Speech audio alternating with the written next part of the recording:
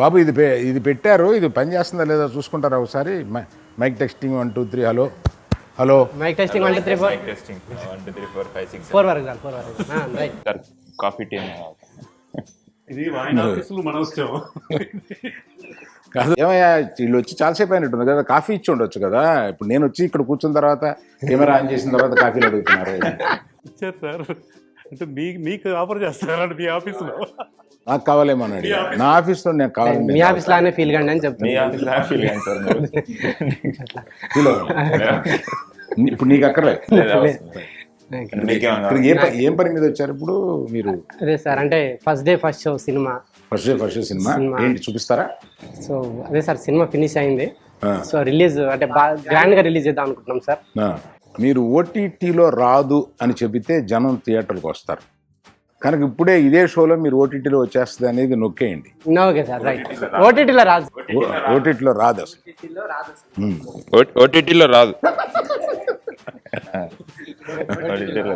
3 hours మీద తీసుకున్నాం మేము టైము. సో ఆ 3 అవర్స్ మనం ఇట్లా డిస్కస్ చేద్దాం. 3 అవర్సా? ఏమ్మా నువ్వు 15-20 మినిట్స్ అన్నావు నువ్వు నాతోటి. అంటే వాళ్ళు అలా ఫిక్స్ అయిపోయారు. చిన్నప్పటి నుంచి నేను తెలుసు. అయితే మీ సినిమా కూడా బాగా లెంగ్త్ ఉంటుందా? లేదు సార్, ఇది షార్ప్ గా చిన్న సినిమా. చిన్న సినిమానే మరి ఇంటర్వ్యూకే 3 అవర్స్ అడిగితే మీరు అంటే అది 15 మినిట్స్ అట్లా ఎడిట్ చేస్తాం. ఎడిటింగ్ 15 మినిట్స్ 3 అవర్స్ తీసి yes. అంటే ఇప్పుడు నువ్వు ఇప్పుడు రిలీజ్ అవ్వబోయే సినిమా 2 అవర్స్ సినిమా అనుకో, అది 6 అవర్స్ తీసి దాన్ని 2 అవర్స్ చేస్తున్నావా? లేదు సార్, లేదు. అది యాక్చువల్లీ 1.5 అవర్ తీసి 2 అవర్స్ స్ట్రెచ్ చేసినాము. కొంచెం లాగి మళ్ళీ అవే పెట్టి అవే షాట్లు మళ్ళీ అవే షాట్లు మళ్ళీ పెట్టి అట్లా. సార్ అది నేను ఒక ప్రొడక్షన్ హౌస్ పెట్టి బ్యానర్ పెడదాం అనుకుంటున్నా సార్. బ్యానర్ పెడదాం అనుకున్నా. ఇంకా ఫస్ట్ పిక్చర్ రిలీజ్ కాలేదు కదా, ఇంకా కొంచెం వెయిట్ చేయొచ్చుగా. పర్లేదు సార్, బ్యానర్ పెడదాం అనుకున్నా. బ్యానర్ పెట్టి మీతో గీతా ఆర్ట్స్ తో టైఅప్ అవుదాం అనుకుంటున్నా సార్. టైఅప్ అవుదాం అనుకుంటున్నా నాతోటి. సరే టైఅప్ అయ్యి ఏం చేద్దామని? ఇప్పుడు టైప్ అవడానికి కొన్ని లక్షణాలు ఉండాలి, లేకపోతే కొంచెం డబ్బులన్నా ఉండాలి. కొన్ని డబ్బులు ఎంత ఉన్నాయి టైప్ అవడానికి? డబ్బులు టైఅప్ అయినాక వస్తాయి కదా సార్. టైఅప్ అయిన తర్వాత మీ పేరు చెప్పుకొని టైఅప్ అయినాక, అంటే సినిమాలోనే కాదు, హోటల్స్ ఇంకా రిసార్ట్స్, లాడ్జింగ్లు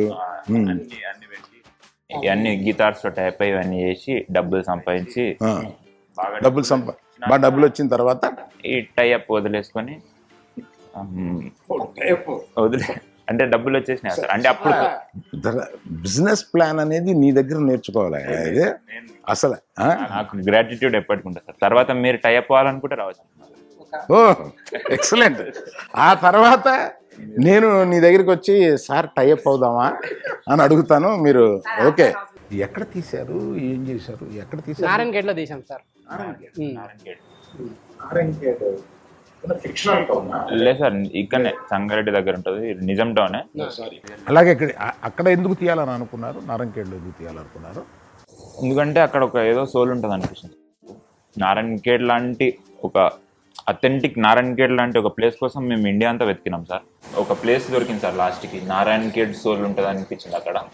అప్పుడే ఒకడు వచ్చి, అరే రీసెంట్గా ఒకడు ఈయన చచ్చిపోయిండు, మన సోల్ ఇక్కడిక్కడనే తిరుగుతుందంటే భయపడి వచ్చేసినాం సార్. ఒక వరల్డ్ ఆఫ్ నారాయణఖేడ్ క్రియేట్ చేయడానికి అక్కడ మనుషులు ఎట్లుంటారు, ఫస్ట్ ఒక 2 months రీసెర్చ్ బాగా చేసినాం సార్. నారాయణఖేడ్లో మనుషులు ఎట్లుంటారో బాగా రీసెర్చ్ చేస్తే వాళ్ళు కూడా అందరు మనుషులాగా ఉంటారు అనిపించింది. సో నారాయణఖేడ్ నుంచి వచ్చేసి ఇండియాలో ఫస్ట్ రాజస్థాన్ వెళ్ళినాం సార్. రాజస్థాన్లో నారాయణఖేడ్ లాంటి ప్లేస్ కోసం బాగా వెతికినాం. 200 acres అక్కడ తీసుకొని సెట్ చేద్దాం అనుకున్నాం సార్.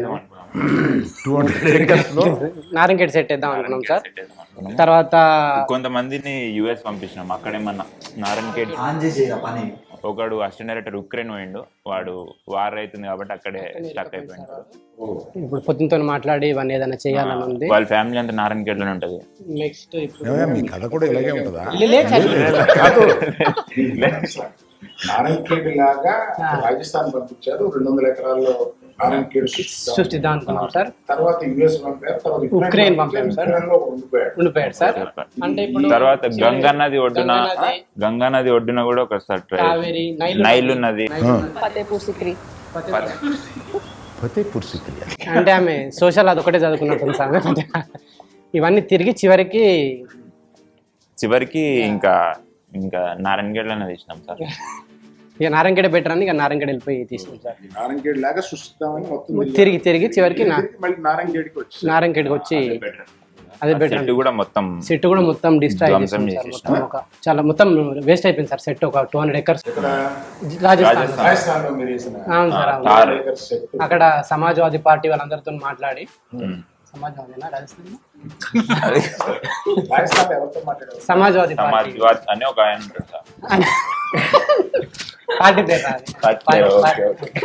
తర్వాత ఎంపీ మధ్యప్రదేశ్, జార్ఖండ్ ఎంపీ మధ్యప్రదేశ్ ఒకటే అనుకో. ఒకటే, జార్ఖండ్ తర్వాత మధ్యప్రదేశ్ ఎంపీ వాళ్ళతో మాట్లాడినట్టు మధ్యప్రదేశ్ ఎంపీతో మాట్లాడి అక్కడ కూడా ఓకే చేసినామని చెప్తున్నాం. అట్లా తర్వాత చాలా కష్టం. పర్మిషన్ చాలా కష్టమైనది సార్. ఎందుకంటే నారాయణఖేడ్ ప్రజలు ఎట్లుంటారా అని ఇట్లా వాళ్ళలాగానే కావడానికి ఒక ఫారెన్ జూనియర్ ఆర్టిస్ట్ పిలిపించి 500 members వాళ్ళకి మేకప్ వేసి మేకప్ వేసి నారాయణఖేడ్ యాక్సిడెంట్ నేర్పించి ఇవన్నీ ట్రై చేసినాం సార్.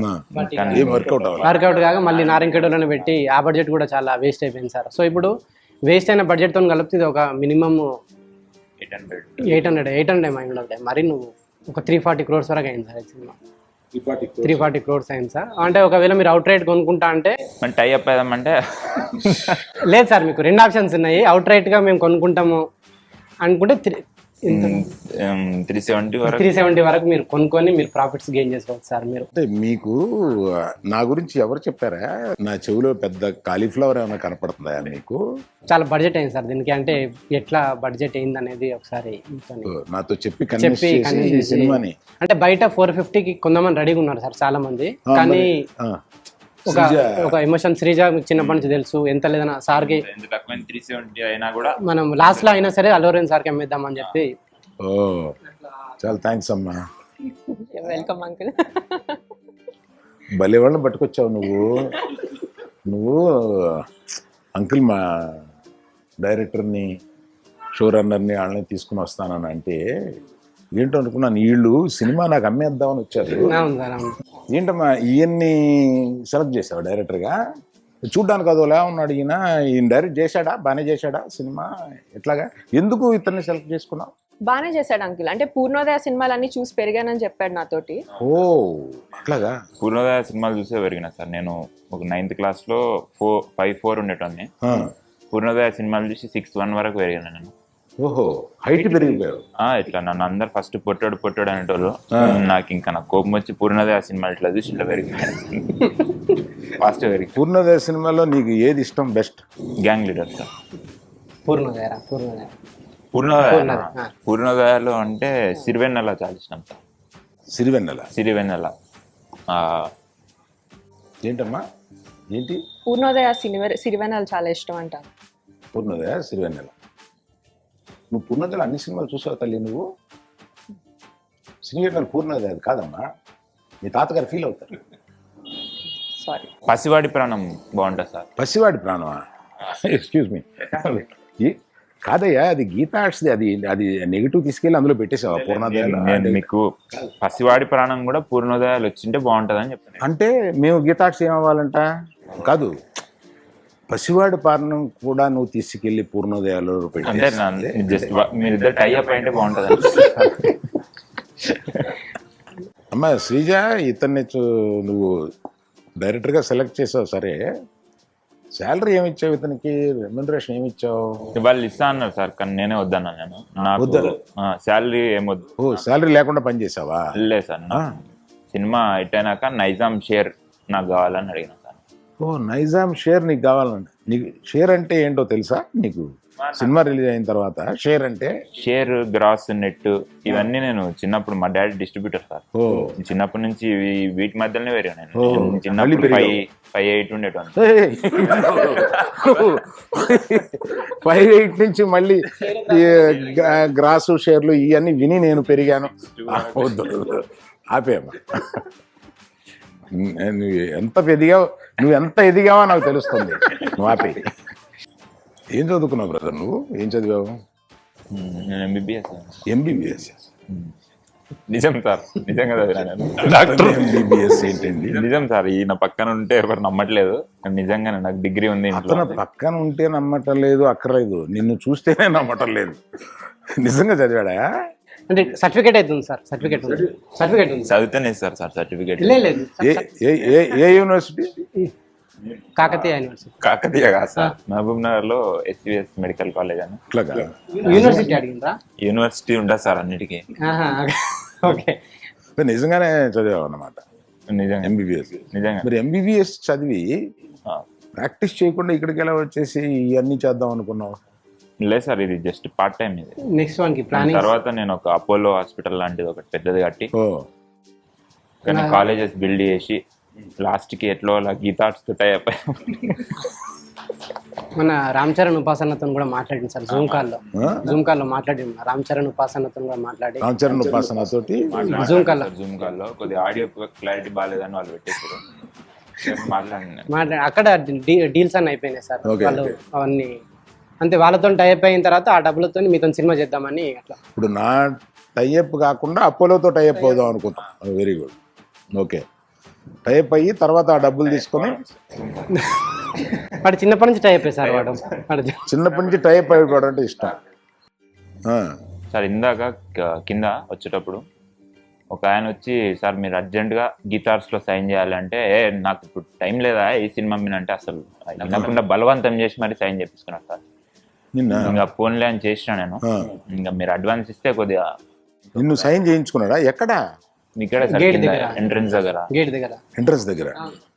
ఇప్పుడు నేను అడ్వాన్స్ ఇస్తే నువ్వు నాకు సినిమా చేసి పెడతావు. పెడతా సార్. కింద సైన్ చేయించుకున్నారు. అదేంటో తెలుసా నీకు?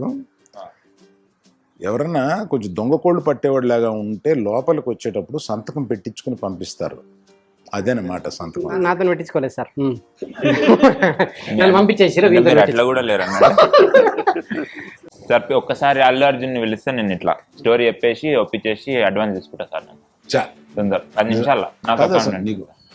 నువ్వు అల్లు అర్జున్ ఎవరో తెలుసా? సినిమాలు చూసావా నువ్వు? అసలు నేను రే ఆ మ్యాగజైన్ తీసుకురా. నేను కారులో వస్తుంటే ఈ మ్యాగజైన్ ఇచ్చారు ఇండియా టుడేలో. ఇండియా టుడేలో మా నాడిది ఫ్రంట్ పేజీ పడి ఇలా ఉంది అని నేను చాలా ఆనందపడుతూ ఇది తెరిచి చదవబోయాను. ఈ లోపల కారు వచ్చి ఆఫీస్లో ఆగింది. సార్ పైన ఫస్ట్ డే ఫస్ట్ షో ఉన్నారని చెప్పారు. సో ఇంతలో విషాదకరమైన ఇతనితో ఈ విషాదకరమైన. నువ్వు గీతార్స్ లోపలికి వస్తుంటే సైన్ తీసుకున్నారుగా? తీసుకున్నాను సార్. ఫోటో కూడా తీసుకున్నారు కదా? తీసుకున్నాను. నేను నీకు ఒక ఉపకారం చేస్తాను. ఈ ఫోటో ఈ సిగ్నేచర్ 2 అల్లు అర్జున్ పంపించి, ఇతను ఎప్పుడు మీ గేట్లోకి అలౌ చేయొద్దండి అని చెప్తా.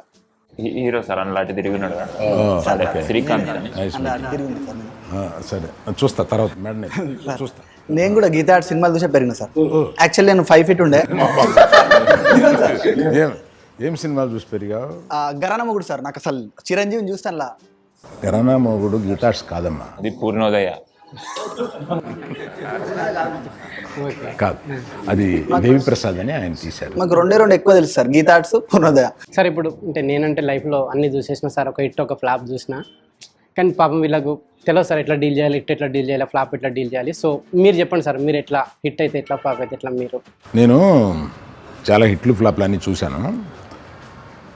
నేనేం చేద్దామని కాకుండా అసలు మీరేం చేద్దాం అనుకున్నారు? హిట్ అయితే ఏం చేద్దాం అనుకున్నారు, ఫ్లాప్ అయితే ఏం చేద్దాం అనుకున్నారు? హిట్ అయితే ఏముంటుంది సార్, మొత్తం నేను బాగా చేసిన డైరెక్షన్ మొత్తం అనుదీప్ ఇచ్చేస్తా సార్. అనుదీప్ ఉండు కాబట్టి సినిమా హిట్ సార్. నేను కూడా శ్రీజ అంత నాని కూడా అసలు సూపర్ చేసింది సార్. అసలు అందరిని ఒకరినొకరిని పొగడుకోవడమే సార్ అంత హిట్ అయితే. అసలు తర్వాత ఫ్లాప్ అయితే నేను నానిని తిట్టుకుంటా అనుకుంటా. ఏమనరా వాడు ఎందుకు సార్ మంచి ఏదైనా ఎస్టాబ్లిష్ హీరోని పెట్టి ఎవరైనా చేసిండే కరెక్టే, కానీ అసలు నిన్ను అసిస్టెంట్ డైరెక్టర్ ఎందుకు తీసుకున్న జాతిరత్నాలు నేను తిట్టుకుంటా. ఇది నేను శ్రీజను కూడా తిట్టుకుంటా. అసలు శ్రీజ ఎందుకు ప్రొడక్షన్ చేసింది, అసలు అవసరమా శ్రీజ? కానీ శ్రీజని తిట్టుకుంటా సార్ నేను. మీరు నేను అనలేను అంకుల్, డబ్బులు పెట్టాను కదా మీతో టైఅప్ అవుదాం అనుకుంటున్నాను. టైఅప్ అవుతావా? ఇక్కడ వీళ్ళందరూ కలిపి నాతో టైఅప్ అవుదాం అనే ఒక ప్రోగ్రామ్తో వచ్చినట్టున్నారు. చాలా సంతోషం బాబు. త్వరలో నేను కలిసి మీ అందరితో టైఅప్ అవుతాను. ఏమ్మా అసలు విషయం వచ్చిన విషయం మర్చిపోయింది సార్. ఏమైంది? చిన్నది కూర్చోండి, నేను చెప్తాం. టైఅప్ కాదు, సాంగ్ లాంచ్ చేద్దామని. సాంగ్ లాంచ్ వచ్చిందే ఇక్కడికి. సాంగ్ లాంచ్ కోసం వచ్చినాం సార్. అది కాకుండా టైఅప్ అవన్నీ మాట్లాడినాము. బట్ టైప్ కూడా అవుదాము బట్ ఎక్కడ ప్లే బటన్ ఎక్కడ నొక్కితే పాట వస్తుంది? పాట ఎక్కడ నొక్కినా రాదు సార్, ఎందుకంటే పాట లేదు ఇంకా. లేదు సార్, మీ ఒక ఎక్స్ప్రెషన్ తీసుకున్నాం సార్. సాంగ్ చాలా బాగుంది అన్నట్టు మీరు ఎక్స్ప్రెషన్స్ ఏంటి, మేము పాట తర్వాత ప్లే చేసుకుంటాం. పాట లేదు, లేదు సార్, నేను ఒక ఎక్స్ప్రెషన్ ఇవ్వాలి. అంటే పాట అదిరిపోయింది అన్నట్టు ఎక్స్ప్రెషన్ ఇవ్వండి. ఓహో, ఒకసారి డైరెక్టర్ గా నువ్వు చెప్పమ్మా. నేను సార్ నొక్కి ఇట్లా బా. ఓ, చాలు చాలు, ఓకేనా? ఎక్స్ప్రెషన్ ఇవ్వండి. ఎక్స్ప్రెషన్ నొక్కండి సార్. పాట లేదు సార్. ఆహా, ఏం పాటయా? సార్ ఇప్పుడు లాంచ్ అయిపోయింది, మనం ఇంకా డిస్కస్ చేద్దామంటే చేద్దాం, లేదు మీకు టైం అవుతుంది. ఇంకా డిస్కషన్ ఏం లేదా బాబు? మీరు ఇంకా కొంచెంసేపు ఉంటే టైఅప్ పెట్టేసేటట్టున్నారు. నేను సార్, మీకు ఒక గిఫ్ట్ మా తరఫున తీసుకున్నాను సార్. ఎక్కడో చూసినట్టుంది ఇది. కింద ఇట్లా మెట్ల కింద ఉండే కదా సార్. సార్ మనదే సార్. ఎట్లా సైన్ చేసేసిన కదా అని మీరు టైప్ అడ్వాన్స్ అవుతున్నాం కదా అని